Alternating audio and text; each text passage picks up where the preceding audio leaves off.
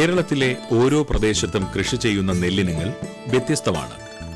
നെല്ലിന്റെ ഗുണത്തിലും വിളവിലും പ്രാദേശിക തനിമയുണ്ട്. ഓരോ കാലാവസ്ഥക്കിണങ്ങിയ നെല്ലിനങ്ങൾ, ഓരോ മണ്ണിനിണങ്ങിയ നെല്ലിനങ്ങൾ. ഉത്തര കേരളത്തിൽ കാസർഗോഡ്, കണ്ണൂർ, കോഴിക്കോട് ജില്ലകളിൽ പുഴയോട് ചേർന്ന് നിൽക്കുന്ന ഓരുജലം കയറുന്ന കൃഷിഭൂമിയാണ് കൈപ്പാട് പാടങ്ങൾ.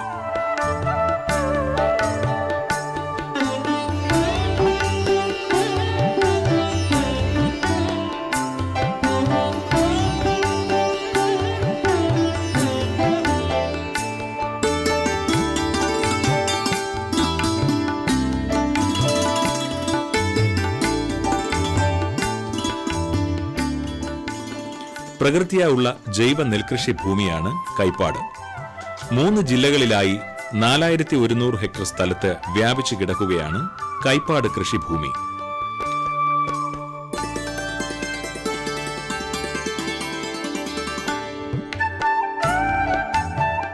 കണ്ടൽ വനങ്ങളാൽ ചുറ്റപ്പെട്ട കടലിനോട് അടുത്ത ഓരുജലം കയറുന്ന നെല്ലും മീനും ഒന്നിച്ച് കൃഷി ചെയ്യാവുന്ന കൈപ്പാട്. കൈപ്പാട് പാടശേഖരങ്ങളിൽ കൃഷി ചെയ്യുന്ന നെല്ലിനങ്ങൾക്ക് രാസവളമോ രാസകീടനാശിനികളോ മറ്റ് രാസ സസ്യ സംരക്ഷണമോ ആവശ്യമില്ല. പ്രകൃതി തന്നെ നൽകുന്ന ജൈവവളം ഈ കൃഷിക്കുള്ളതിനാൽ പുറമേ നിന്നുള്ള ജൈവവള പ്രയോഗവും ആവശ്യമില്ല. അതുകൊണ്ട് തന്നെ കൈപ്പാട് കാർഷിക മേഖലകളിൽ നിന്നും ലഭിക്കുന്ന അരി തികച്ചും ജൈവ ഉൽപ്പന്നമാണ്. ഈയൊരു സവിശേഷതയാൽ കൈപ്പാട് അരിക്ക് ഭൗമസൂചിക പദവി ലഭിച്ചു. ഉത്തര മലബാറിലെ ഓരുജലം കയറിയിറങ്ങുന്ന കടലിനോടടുത്ത് ചേർന്ന പ്രകൃത്യാ ജൈവകൃഷി ചെയ്യുന്ന ഭൂമിയാണ് കൈപ്പാട്. പ്രകൃതി വരദാനമായി തന്ന ഈ കൈപ്പാട് ഭൂമിക്ക് 2002 വരെ നാടൻ ഇനങ്ങളായിരുന്നു കൃഷി ചെയ്തു വന്നിരുന്നത്. ഇവിടെ അനുയോജ്യമായ അത്യുൽപാദനശേഷിയുള്ള വിത്തിനങ്ങൾ വികസിപ്പിക്കണമെന്ന് കർഷകരുടെ ആവശ്യപ്രകാരം 2002 കാർഷിക സർവകലാശാല നെല്ലിന വികസന പദ്ധതി ആരംഭിച്ചു. നാടൻ ഇനങ്ങളെ സങ്കലന പ്രക്രിയയിൽ കൂട്ടിയോജിപ്പിച്ചുകൊണ്ട് അതോടൊപ്പം തന്നെ ഇനവികസനത്തിൻ്റെ എല്ലാ ഘട്ടങ്ങളും പ്രശ്നബാധിത പ്രദേശത്ത് തന്നെ നടത്തിക്കൊണ്ട് കർഷകരെ കൂടി വിശകലനത്തിൽ പങ്കാളികളാക്കിക്കൊണ്ട് നടത്തിയ ഒരു ഗവേഷണമായിരുന്നു അത്.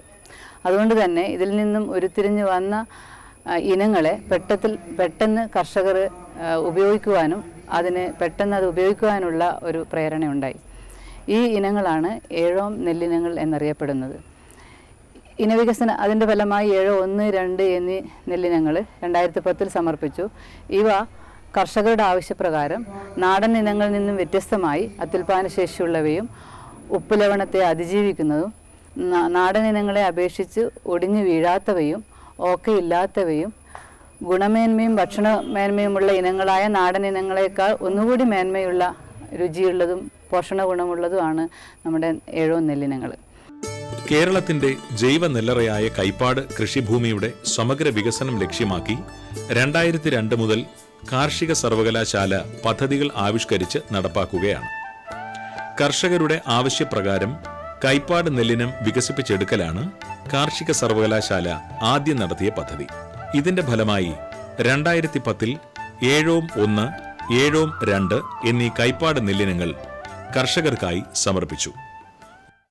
ഏഴോം 1, 2 എന്നീ വിത്തുകളാണ് ഇതിനു മുമ്പ് തന്നെ നമ്മൾ പുറത്തിറക്കിയത്. ഏഴോം 1, 2 എന്ന് പറയുന്നത് കൈപ്പാടിൽ ഉപയോഗിക്കുന്നതിന് വേണ്ടിയുള്ള വിത്താണ്. പഴയ വിത്തിൽ നിന്ന് വ്യത്യസ്തമായി ഇതിനുള്ള ഗുണം എന്ന് പറയുന്നത് ഇത് തണ്ട് ഒടിഞ്ഞ് വീഴില്ല. തണ്ട് നീളമുണ്ടാകുമെങ്കിൽ പോലും വളരെ ശക്തിയുള്ള തണ്ടായതുകൊണ്ട് തന്നെ ഇത് ഒടിഞ്ഞ് വീഴാത്ത ഒരു നെൽവിത്താണിത്. അതാണ് അതിനുള്ള ഒരു പ്രത്യേകത. മറ്റൊന്ന്, സാധാരണ മറ്റ് നാടൻ വിത്തുകളിൽ നിന്ന് വ്യത്യസ്തമായി ഇതിൻ്റെ ഉൽപ്പാദനക്ഷമത കുറച്ചുകൂടി വലുതാണ്. 2003 ആകുമ്പോഴേക്കും അതിൻ്റെ ഉൽപ്പാദനക്ഷമത ഏകദേശം 4.3 ടണ്ണായി വർദ്ധിപ്പിക്കുന്നതിന് വേണ്ടി കഴിഞ്ഞിട്ടുണ്ട്. അത്രമാത്രം ഉൽപ്പാദനക്ഷമത വർദ്ധിക്കുകയും അതുപോലെ തന്നെ ഇത് വെള്ളത്തിൽ വീഴാതെ മഴക്കാലത്തൊക്കെ തന്നെ വിളഞ്ഞു കഴിഞ്ഞാൽ വെള്ളത്തിൽ വീണ് ചീഞ്ഞ് നമുക്ക് കൃഷി കൊയ്തെടുക്കാൻ വേണ്ടിയുള്ള പ്രയാസങ്ങളുണ്ടാവും. ഇത് അതൊന്നും ഇല്ലാത്ത രീതിയിലുള്ള ഒരു വിത്തനമാണ് ഇത് വികസിച്ചെടുത്തിട്ടുള്ളത്. മൂന്നാമത് ഒരിനം നെല്ലുകൂടി വികസിപ്പിച്ചെടുത്തു, ഏഴോം 3. അതിന് സംസ്ഥാനതല അംഗീകാരവും ലഭിച്ചു.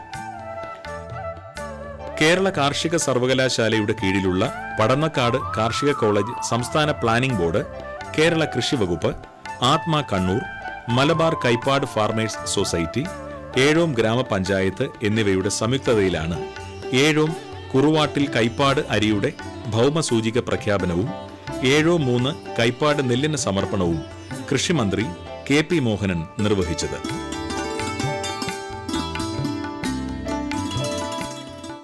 കാർഷിക മേഖലയെ കുറിച്ചെന്ന് പറയുമ്പോൾ ഇന്ന് 2 പ്രധാനപ്പെട്ട ചടങ്ങുകൾ നടന്നു. ഒന്ന് ധർമ്മടത്ത് കാർഷിക മേഖല നേരിടുന്ന പ്രശ്നങ്ങളെക്കുറിച്ച് ഡോക്ടർ ബാലചന്ദ്രൻ തന്നെ അവിടെ വിവിധ ക്ലാസുകൾ എടുത്തോളും അവിടുത്തെ കർഷകരുടെ കൂട്ടായ്മയും. ഒരു കാര്യം നമുക്ക് ബോധ്യപ്പെട്ടു വരുന്നത്, നമ്മൾ കാർഷിക മേഖലയിൽ നിന്നും വിട്ടുനിന്നതിൻ്റെ ദുരന്തം അനുഭവിച്ചു കൊണ്ടിരിക്കുന്നവരാണ് എന്ന് ബോധ്യപ്പെടുന്ന രീതിയിലാണ് ഇന്ന് ധർമ്മടത്ത് പങ്കെടുത്ത മുഴുവനാളുടെയും മുഖം. ഞാൻ പലരുമായിട്ട് സംവദിച്ചപ്പോൾ എന്ത് കൃഷിയപ്പോൾ എങ്ങനെ ചെയ്യാൻ കഴിയുമെന്ന ഒരു ധാരണയാണ് പലരിലും ഉള്ളത്. അതായിരുന്നു നമുക്കുണ്ടായ അപകടം. പക്ഷെ ഇന്നതിൻ്റെ ദുരന്തം അനുഭവിച്ചുകൊണ്ടിരിക്കുമ്പോൾ ഇത് മനസ്സിലാക്കിയെടുത്തുകൊണ്ട് അങ്ങനെ ചെയ്യാൻ പാടില്ല, ഞങ്ങളൊക്കെ തന്നെ കൃഷിയിലേക്ക് ഇറങ്ങണം എന്ന ഒരു ബോധം നമ്മുടെ കർഷകരിൽ മാത്രമല്ല ജനങ്ങളിലേക്ക് ഒക്കെ തന്നെ എത്തിച്ചേർന്നിട്ടുണ്ട്. കർഷകർ എന്ന് പറയുന്ന ഒരു വിഭാഗം ഇന്ന് ഇല്ല എന്ന് പറയുമ്പോൾ തെറ്റാണ് എന്ന് എനിക്ക് തോന്നുന്നില്ല. എല്ലാ പ്രദേശത്തും ഇല്ലെങ്കിലും ഇന്നില്ല, ചുരുങ്ങിക്കൊണ്ടിരുന്നു. പക്ഷെ അതിൽ നിന്ന് വ്യത്യസ്തമായിട്ട് കർഷകനല്ലാത്ത ആളുകൾ പോലും ഇന്ന് കാർഷിക വൃത്തിയിലേക്ക് വരാൻ ആഗ്രഹിക്കുന്ന ഒരു കാലഘട്ടത്തിലാണുള്ളത്. അതിൻ്റെ പ്രധാനപ്പെട്ട കാരണം നമുക്ക് അന്യം നിന്ന് പോയ നമ്മുടെ പഴയകാല കാർഷിക സംസ്കാരത്തോടു കൂടി നമുക്ക് ലഭിച്ച ആ കാർഷിക ഉൽപ്പന്നങ്ങൾ നമുക്കിന്ന് ലഭിക്കുന്നില്ല. പകരം ലഭിക്കുന്നത് മറ്റു പലരുമാണ്. അതുകൊണ്ട് അത് തന്നെ ലഭിക്കണം. അതാണ് കൈപ്പാടിലെ അരിക്ക് GI വാങ്ങിക്കൊടുക്കാൻ വേണ്ടി മുന്നിട്ടിറങ്ങി പ്രവർത്തിക്കാൻ നമ്മെ ഒക്കെ തന്നെ പ്രേരിപ്പിച്ചത്. എല്ലാ കൃഷിയും സാധാരണ നടക്കുന്നത് മീൻ സീ ലെവലിന്റെ മുകളിലാണ്, സമുദ്രനിരപ്പിന്റെ മുകളിലാണ്. പക്ഷെ ലോകത്തിൽ തന്നെ അപൂർവമായിട്ടുള്ള കൃഷി രീതി ഉള്ളത് കേരളത്തിലാണ്. നമുക്ക് പ്രധാനപ്പെട്ട 4 പ്രദേശങ്ങളിലാണ് ഈ ബിലോ മീൻ സീ ലെവൽ ഫാമിംഗ് നടക്കുന്നത്. അത് സമുദ്രനിരപ്പിൽ നിന്നും താഴെയുള്ള കൃഷി രീതി നടക്കുന്നത്. ഒന്ന് സുപ്രസിദ്ധമായിട്ടുള്ള കുട്ടനാട് കൃഷി, മറ്റൊന്ന് തൃശ്ശൂരിലെ കോൾ നിലങ്ങൾ, എറണാകുളം ജില്ലയിലെ പൊക്കാളി നിലങ്ങൾ, പിന്നെ കൈപ്പാട്. ഇതിൽ പ്രധാന പ്രത്യേകത കുട്ടനാടും കോളിലും ശുദ്ധജലമാണ്. നമ്മൾ ആർട്ടിഫിഷ്യലായിട്ട് തന്നെ ഉപ്പുവെള്ളത്തെ തടഞ്ഞു നിർത്തിക്കൊണ്ടുള്ള ഒരു ആർട്ടിഫിഷ്യൽ കൃഷി രീതിയാണ്. പക്ഷേ പൊക്കാളിയിലും കൈപ്പാടും വളരെ നാച്ചുറൽ ഫാമിംഗ് ആണ്. ഉപ്പുജലത്തെ ചേർക്കുന്ന നെല്ലിനങ്ങൾ ഉൾപ്പെടുത്തിയാണ് ചെയ്യുന്നത്. ഇവിടെ എപ്പോഴും പ്രധാനമായിട്ടുള്ള വ്യത്യാസം, പൊക്കാളി നെൽകൃഷിക്ക് ഒരുപക്ഷെ വിദേശത്ത് പോലും, ഒരു ഇന്റർനാഷണൽ ലെവലിൽ പോലും, അന്തർദേശീയ തലത്തിൽ പോലും ഒരു റെപ്യൂട്ടേഷൻ, ഒരു പ്രശസ്തി നേടിയെടുക്കാൻ പൊക്കാളിക്ക് കഴിഞ്ഞിട്ടുണ്ട്. പക്ഷെ അതിന് സമാനമായിട്ടുള്ള കൈപ്പാട് കൃഷി രീതിക്ക് അത്രയും രീതിയിലുള്ള അന്തർദേശീയ ലെവലിലുള്ള ഒരു പ്രശസ്തി നേടിയെടുക്കാൻ കഴിഞ്ഞിട്ടില്ല ഇതുവരെ. പക്ഷേ അതിനുള്ള ഒരു പ്രധാനപ്പെട്ട ചുവടുവയ്പ്പാണ് ഇന്ന് ഇവിടെ ലഭിച്ചിട്ടുള്ള ഭൗമ സൂചിക പ്രഖ്യാപനം. ഭൗമസൂചിക എന്നത് അന്താരാഷ്ട്ര ബൗദ്ധിക സ്വത്തവകാശത്തിൽപ്പെട്ട ഒരു വിഭാഗമാണ്. ഒരു പ്രത്യേക പ്രദേശത്തിന്റെ ഭൂപ്രകൃതിയുടെ സവിശേഷത കൊണ്ട് ഒരു ഉൽപ്പന്നത്തിന് ലഭിക്കുന്ന അന്താരാഷ്ട്ര അംഗീകാരം. പരമ്പരാഗത നെല്ലിനങ്ങളുടെ അരിയും കൈപ്പാടിനു വേണ്ടി വികസിപ്പിച്ചെടുത്ത പുതിയ നെല്ലിനങ്ങളുടെ അരിയും കൈപ്പാട് അരി എന്ന ഭൗമസൂചിക ലേബലിലാണ് ജനങ്ങളിലേക്ക് എത്തുക. പടന്നക്കാട് കാർഷിക കോളേജിലെ അസിസ്റ്റന്റ് പ്രൊഫസറും കൈപ്പാട് നെല്ലിന വികസന പദ്ധതിയുടെ മുഖ്യ ഗവേഷകയുമായ ഡോക്ടർ T. വനജയാണ് 7-1, 7-2, 7-3 എന്നീ നെല്ലിനങ്ങൾ വികസിപ്പിച്ചെടുത്തത്. ഭൗമസൂചിക എന്നത് ഒരു പ്രത്യേക ആവാസ വ്യവസ്ഥയിൽ ആ ഉൽപ്പന്നത്തിന് കിട്ടുന്ന ഒരു അംഗീകാരമാണ്. അതിൻ്റെ ഗുണങ്ങൾ കൊണ്ട് കിട്ടുന്ന അംഗീകാരമാണ്. അത് അവിടുത്തെ കമ്മ്യൂണിറ്റിക്ക് മാത്രം, അതായത് ഇപ്പോൾ നമ്മൾ രൂപീകരിച്ച മലബാർ കൈപ്പാട് ഫാമേഴ്സ് സൊസൈറ്റിക്കായിരിക്കും ഇതിൻ്റെ ഭൗതിക സ്വത്തവകാശം ലഭിക്കുന്നത്. അരിയുടെ പ്രത്യേകത കാൽസ്യം, പൊട്ടാസ്യം, ക്രൂഡ് ഫൈബർ പോലുള്ള പോഷക മൂലകങ്ങളുടെ ധന്യമാണ്. അതുകൊണ്ട് തന്നെ ഈ മേഖല ഇപ്പോഴും പ്രശ്നങ്ങൾ അഭിമുഖീകരിക്കുകയാണ്. ഇപ്പോഴും 60%-ലധികം കൈപ്പാട് മേഖല കൃഷി ചെയ്യാതിട്ടിരിക്കുകയാണ് പല പല കാരണങ്ങളാൽ. പ്രകൃതി വരദാനമായി തന്ന ഈ ജൈവ ഭൂമി സംരക്ഷിക്കേണ്ടത് നമ്മുടെ ആവശ്യകതയാണ്. അതുകൊണ്ട് തന്നെ ഇനി എന്തൊക്കെ ഇതിന് വികസനം വേണം എന്നതിനെപ്പറ്റി ചർച്ച ചെയ്ത് അതിൽ നിന്ന് ഉരുത്തിരിഞ്ഞൊരു വികസന രേഖ ഉണ്ടാക്കലായിരുന്നു ഇന്നത്തെ ഈ സംസ്ഥാന ശില്പശാലയുടെ ഉദ്ദേശം. ആ വികസന രേഖ മന്ത്രിക്ക് സമർപ്പിച്ചിട്ടുണ്ട്. ഇനിയുള്ള പ്രൊജക്റ്റുകളും ഇനിയുള്ള പദ്ധതികളും ഇതിൻ്റെ അടിസ്ഥാനത്തിൽ ഞങ്ങൾ ഇനിയും തുടരുന്നതായിരിക്കും. കൈപ്പാട് കൃഷിയിടങ്ങളിലെ ജൈവ മികവിനും ഉൽപാദന വർധനവിനും കാരണങ്ങൾ കടലിൽ നിന്നും കയറുന്ന ഓരു ജലത്തിലുള്ള ജൈവ സമ്പുഷ്ടത, കടൽ ജീവികളുടെ വിസർജ്യങ്ങളും ശരീര അവശിഷ്ടങ്ങളും, നെൽകൃഷിയിലെ അഴുകുന്ന വൈക്കോൽ അവശിഷ്ടങ്ങൾ, കൈപ്പാട് പ്രദേശങ്ങളിൽ എത്തുന്ന ദേശാടന പക്ഷികളുടെ വിസർജ്യങ്ങൾ എന്നിവയാണ്.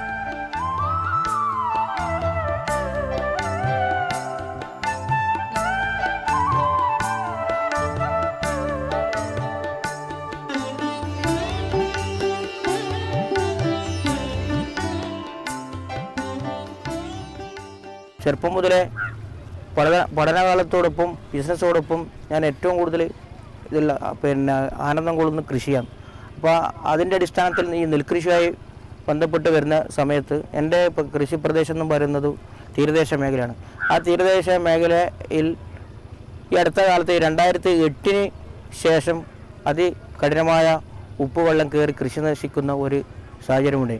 ആ 2008 വരെ ഞാൻ അധികമായും കൃഷി ചെയ്യുന്ന മസൂരി, നെല്ലും അതുപോലെ തന്നെ നാടൻ വിത്തിനങ്ങളായ 90, ഐശ്വര്യ അങ്ങനെ ആയിരുന്നു. പക്ഷേ ഞാൻ അത്രയും കാലങ്ങൾ ഞാൻ തികച്ചും രാസവളം ഉപയോഗിച്ചു കൊണ്ടായിരുന്നു കൃഷി ചെയ്തിരുന്നത്.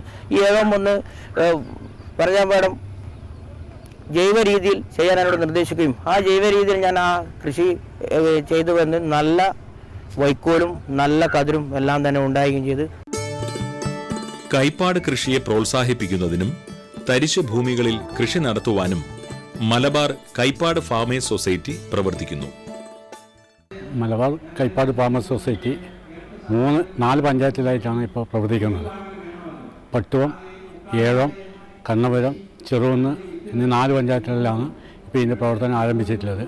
ഇപ്പോൾ സൊസൈറ്റി എന്ന നിലയിൽ നമ്മളെ കൃഷിക്കാർക്ക് ആൾക്കാർ തൊഴിൽ ഇല്ലാത്ത ഒരു സ്ഥിതി ഉള്ളതുകൊണ്ട് തൊഴിലാളികളെ എത്തിക്കുന്നതിനും മറ്റു ചില പ്രവർത്തനം ഇപ്പോൾ നടന്നു വരികയാണ്. അതുപോലെ നമ്മളെ കൈപ്പാടിൽ ഒരു കീടനാശിനിയോ അതുപോലെ വളങ്ങളോ ചേർക്കാത്ത ജൈവ അരിയാണ് മുഴുവൻ കൃഷി ചെയ്യുന്നത്. ഈ അരി നമ്മൾ മാർക്കറ്റിൽ നല്ല രീതിയിൽ വിൽപ്പനക്ക് വിൽക്കാൻ വേണ്ടി മാർക്കറ്റിലേക്ക് എത്തിക്കുന്നുണ്ട്. അപ്പോൾ ഇതുകൊണ്ട് തന്നെ മറ്റ് യന്ത്ര ഉപകരണങ്ങൾ സൊസൈറ്റി മുഖാന്തരം കൃഷിക്കാർക്ക് ചെയ്യാൻ വേണ്ടി സാധിക്കുന്നുണ്ട്. പവർ ടില്ലർ, അതുപോലെ ടില്ലർ, അതുപോലെ മിതിയന്ത്രം, കൊയ്ത്തന്ത്രം, അങ്ങനെ നരിയന്ത്രം, ഇങ്ങനെ എല്ലാ യന്ത്രങ്ങളും യന്ത്രവൽക്കരണത്തിൻ്റെ ഭാഗമായിട്ട് കൃഷിക്കാർക്ക് ഒരുപാട് സഹായിക്കാൻ വേണ്ടി സാധിക്കുന്ന ഒരു സ്ഥിതി മലബാർ കൈപ്പാട് സൊസൈറ്റിക്ക് ഇപ്പോഴുണ്ട്. ഭൗമസൂചിക പ്രഖ്യാപന ചടങ്ങ് ഏഴോം ഗ്രാമത്തിൽ ഉത്സവ പ്രതീതിയാണ് സൃഷ്ടിച്ചത്.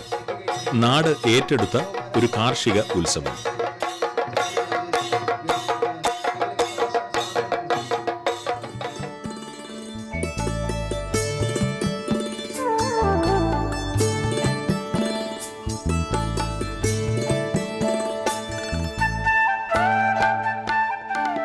കൈപ്പാട് പൊക്കാളി കർഷകരെ ആദരിച്ചു.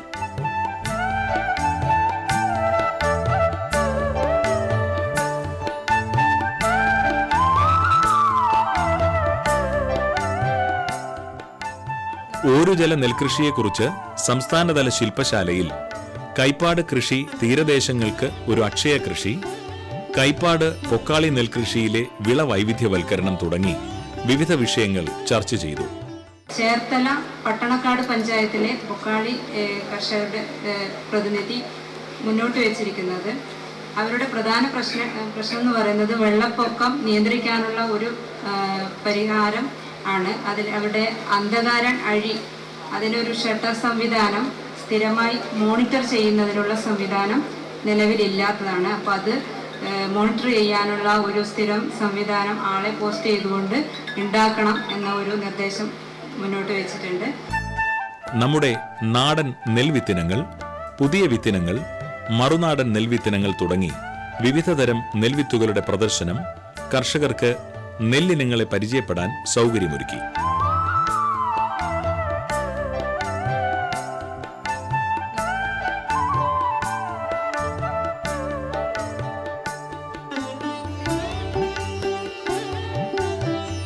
പ്രകൃതി വരദാനമായി നമുക്കേകിയ കൈപ്പാട് കൃഷിയിടങ്ങൾ സംരക്ഷിക്കേണ്ടത് അനിവാര്യമാണ് എന്ന ബോധ്യപ്പെടുത്തൽ കൂടിയായിരുന്നു കൈപ്പാട് അരിയുടെ ഭൗമസൂചിക പ്രഖ്യാപനവും 7-3 കൈപ്പാട് നെല്ലിന് സമർപ്പണവും.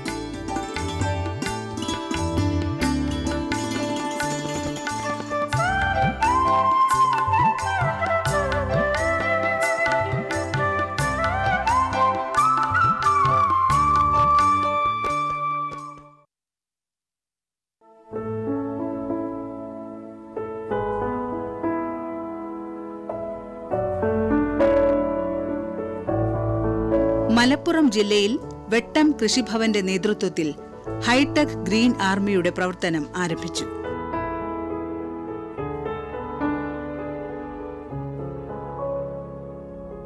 വെട്ടം ഗ്രാമപഞ്ചായത്ത് കൃഷിഭവൻ 2013-14 വർഷത്തിൽ ആരംഭിച്ച ആത്മ പദ്ധതിയുടെ ഭാഗമായുള്ള മാതൃകാ പഞ്ചായത്ത് വികസന പദ്ധതി, അതിലെ ഒരു വിഭാഗമായ ഇന്നൊവേഷൻ എക്സ്റ്റൻഷൻ എന്ന പദ്ധതിയുടെ ഭാഗമായി പുതിയൊരു എക്സ്റ്റൻഷൻ, അതായത് വിജ്ഞാന വ്യാപന വികസന രീതിയുടെ ഭാഗമായി നമ്മൾ 55 പേർക്ക് വെട്ടം ഗ്രാമപഞ്ചായത്തിലെ 55 ചെറുപ്പക്കാരടങ്ങുന്ന, കൂടുതലും ചെറുപ്പക്കാരടങ്ങുന്ന ഒരു ഗ്രൂപ്പിന്, കാർഷിക സാങ്കേതിക ഗ്രൂപ്പിന് പരിശീലനങ്ങൾ നൽകി വന്നിരുന്നു.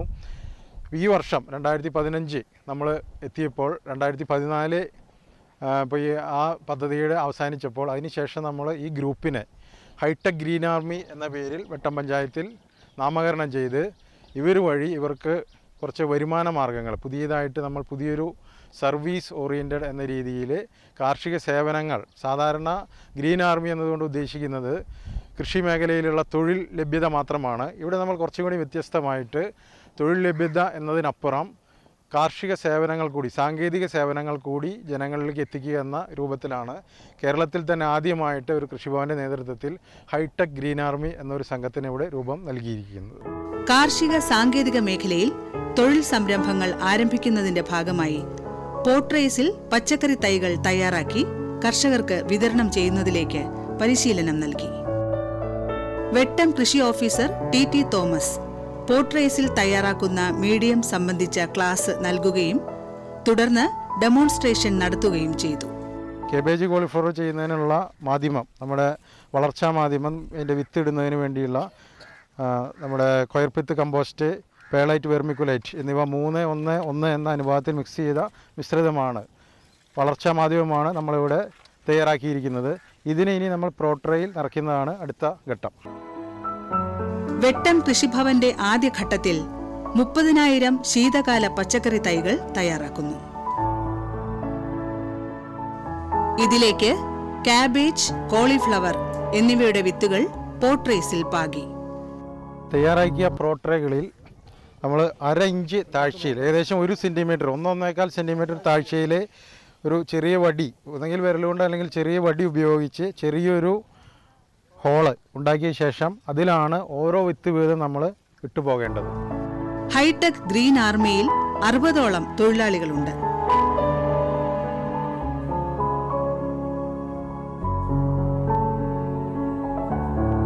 വിശദ വിവരങ്ങൾക്ക് കൃഷി ഓഫീസറുമായി ബന്ധപ്പെടേണ്ടതാണ്. ബന്ധപ്പെടേണ്ട ഫോൺ നമ്പർ 9447393352.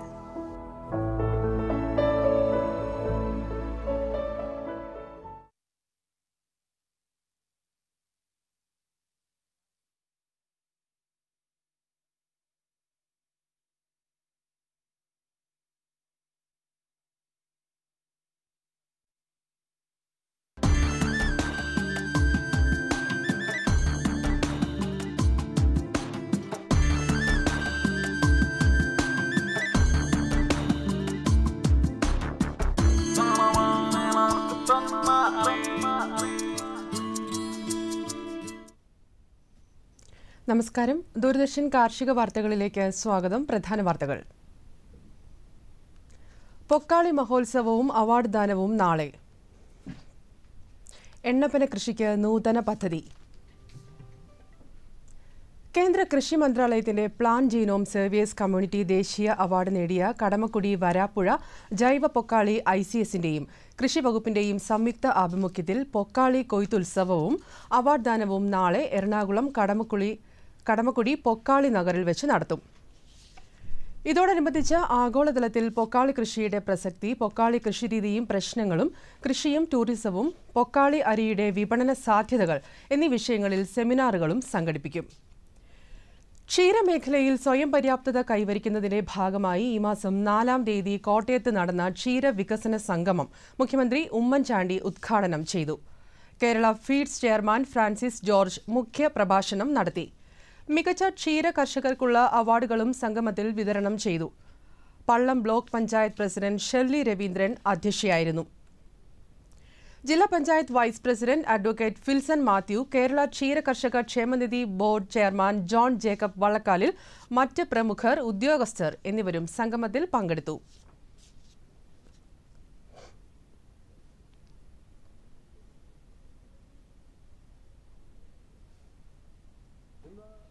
ഉൽപാദന ചെലവ് വർദ്ധിക്കുക, ആ വർധനവനുസരിച്ച് പാലിന്റെ വില കൂട്ടിയാൽ മാത്രം പോരാ, കൂട്ടുന്നത് കർഷകന് കിട്ടണം. അപ്പൊ അങ്ങനെ 13 രൂപ അനുവദിച്ചത് ജീവനക്കാരനാണ്. പക്ഷെ അതിന് പ്രയോജനം ഉണ്ടായി. ഇന്ത്യയിൽ കഴിഞ്ഞ വർഷത്തേക്കാൾ പാലിന്റെ പ്രൊഡക്ഷൻ കൂടിയിട്ടുള്ള സംസ്ഥാനങ്ങളിൽ കേരളമാണ് 3-ാം സ്ഥാനം. കേന്ദ്ര സർക്കാർ ഭക്ഷ്യ എണ്ണയുടെ സ്വയം പര്യാപ്തത ലക്ഷ്യമിട്ട് വിവിധ സംസ്ഥാനങ്ങളിൽ നടപ്പാക്കുന്ന എണ്ണപ്പന കൃഷി വികസന പദ്ധതി പ്രകാരം സംസ്ഥാന നോഡൽ ഏജൻസിയായ ഓയിൽ പാം ഇന്ത്യ ലിമിറ്റഡ് കേരളത്തിലെ വിവിധ ജില്ലകളിൽ എണ്ണപ്പന കൃഷിക്ക് ഹെക്ടർ ഒന്നിന് 23,000 രൂപ വീതം ധനസഹായം നൽകുന്നു. ഈ പദ്ധതിയിൽ പങ്കാളികളാകാൻ താൽപ്പര്യമുള്ള കർഷകർ ഇനി പറയുന്ന ഫോൺ നമ്പറുകളിൽ ബന്ധപ്പെടുക: 048125671003, 9745506473.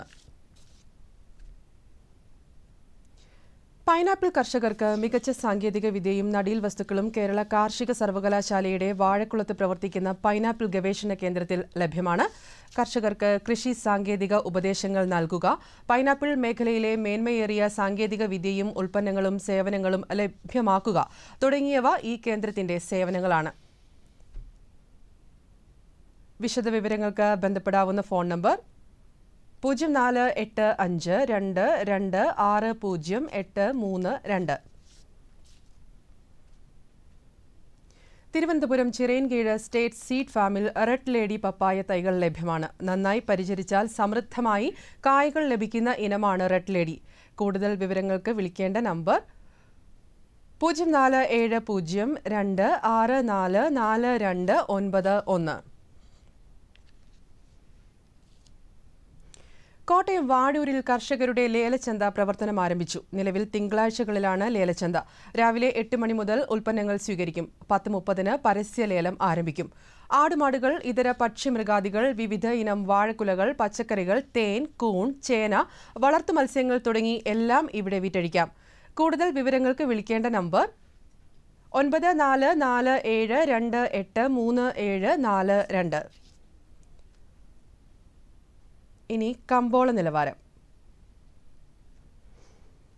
വെളിച്ചെണ്ണ കൊച്ചി 15,200 രൂപ, വെളിച്ചെണ്ണ കോഴിക്കോട് 16,300, വെളിച്ചെണ്ണ തൃശൂർ 15,100, കൊപ്ര കൊച്ചി 10,200, കൊപ്ര കോഴിക്കോട് 10,600, കൊപ്ര തൃശൂർ 10,070, കുരുമുളക് അൺഗാർബിൾഡ് 67,300, കുരുമുളക് ഗാർബിൾഡ് 70,300, ചുക്ക് മീഡിയം 21,000, ചുക്ക് ബെസ്റ്റ് 23,000, മഞ്ഞൾ സേലം 6,700, മഞ്ഞൾ ഈറോഡ് 7,000, അടയ്ക്ക പുതിയത് 20,000-നും 21,000-നും ഇടയിൽ. Kochi rubber RSS 5 grade 12,000, rubber RSS 4 grade 12,300. Kottayam rubber RSS 5 grade 11,900, rubber RSS 4 grade 12,300. കമ്പോള നിലവാരം കൊച്ചിയിൽ. വെളിച്ചെണ്ണ 15,200 രൂപ, കൊപ്ര 10,200 രൂപ, പിണ്ണാക്ക് എക്സ്പെല്ലർ 2,300 രൂപ, പിണ്ണാക്ക് റോട്ടറി 3,000 രൂപ, കുരുമുളക് അൺഗാർബിൾഡ് 67,300 രൂപ, കുരുമുളക് ഗാർബിൾഡ് 70,300 രൂപ. ചുക്ക് മീഡിയം 21,000 രൂപ, ചുക്ക് ബെസ്റ്റ് 23,000 രൂപ, മഞ്ഞൾ നാടൻ 6,200 രൂപ, അടയ്ക്ക പുതിയത് 20,000-നും 21,000-നും ഇടയിൽ, ജാതിക്ക തൊണ്ടൻ കിലോഗ്രാമിന് 260-നും 290-നും ഇടയിൽ, ജാതിക്ക തൊണ്ടില്ലാത്തത് 460-നും 490-നും ഇടയിൽ, ജാതിപത്രി 700-നും 800-നും ഇടയിൽ, ഗ്രാമ്പു കിലോഗ്രാമിന് 975 രൂപ. റബ്ബർ RSS 5 ഗ്രേഡ് 12,000 രൂപ, റബ്ബർ RSS 4 ഗ്രേഡ് 12,300 രൂപ, ഒട്ടുപാൽ 7,800 രൂപ, ലാറ്റക്സ് 8,000 രൂപ. ഇനി കമ്പോള അവലോകനം. കുരുമുളക് തിളക്കമാർന്ന പ്രകടനത്തോടെയാണ് ഇന്ന് ഇടപാടുകൾ ആരംഭിച്ചത്. ഹൈറേഞ്ച് കുരുമുളക് വില ക്വിന്റലിന് 1,300 രൂപ വർദ്ധിച്ച് 70,300 രൂപയിലെത്തി. നിരക്ക് കൂടുതൽ ഉയരുമെന്ന് പ്രതീക്ഷിച്ച് കർഷകർ ഉൽപ്പന്നം വിൽപ്പനയ്ക്ക് ഇറക്കാൻ മടിച്ചു. ദീപാവലി ഡിമാൻഡ് മുൻനിർത്തി ആഭ്യന്തര വ്യാപാരികൾ മുളക് ശേഖരിക്കുന്നുണ്ട്. നാളികേര ഉൽപ്പന്നങ്ങളുടെ നിരക്ക് വീണ്ടും ഉയർന്നു. ആഭ്യന്തര വിപണിയിൽ നിന്നുള്ള അന്വേഷണങ്ങൾക്കിടയിൽ വൻകിട മില്ലുകാർ എണ്ണ നീക്കം നിയന്ത്രിച്ചു. കൊച്ചിയിൽ വെളിച്ചെണ്ണ 15,200 രൂപയിലാണ്. കോഴിക്കോട് എണ്ണ 16,300-ലും കൊപ്ര 10,600-ലും കൈമാറ്റം നടന്നു. ചുക്കിന് ആവശ്യക്കാർ കുറഞ്ഞത് വിലയെ ബാധിച്ചു. മികച്ച ഇനം ചുക്ക് വില 23,000 രൂപയായി താഴ്ന്നു. നിരക്ക് താഴ്ന്ന സാഹചര്യത്തിൽ ചുക്കിന് വിദേശ അന്വേഷണങ്ങൾ എത്തുമെന്ന പ്രതീക്ഷയിലാണ് ഒരു വിഭാഗം വ്യാപാരികൾ.